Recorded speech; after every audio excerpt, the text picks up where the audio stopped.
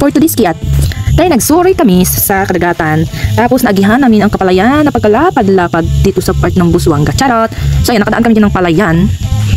May mga bunga na palayan, kaso lang hindi siya makita. Kasi pabunga pa lang talaga siya. Charot, may bunga na siya.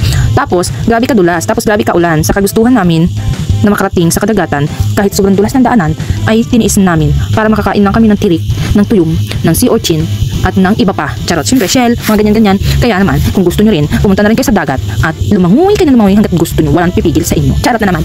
So, ayun, nagdali-dali pala kami dyan kasi nga, sobrang lakas ng ulan, pero basa na talaga kami. Kaya kahit magdali-dali kami ay hindi kami matutuyo. Wala na rin namang magagawa. So, mo na to, niguro lang ko baka, kay bukod na ako sila. Kaya kung di ko sila magukod, paano ko sila maabutan? Oh, ano ba hinihintay nyo? Sama na kayo sa amin. Charot. So, ayan, kung nakikita nyo, malapit na kami yan sa Kanyugan. Pero malayo pa kami sa kadagatan.